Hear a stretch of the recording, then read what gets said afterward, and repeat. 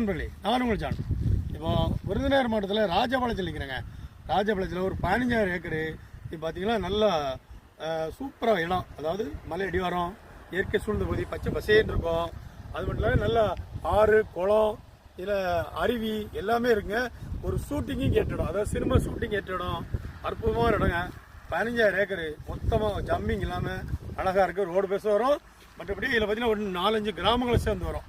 அதாவது சேத்தூரில் ஆரம்பித்து ஸ்ரீலிபுத்தூர் போங்க, அந்தளவுக்கு மலையடி வரும். 15 ஏக்கர் விற்பனை இருக்குது. உங்களுக்கு இறக்க தேவையால் வாங்கி பயன்பெறுங்கள். நன்றி, வணக்கம். உங்கள் ஜான்.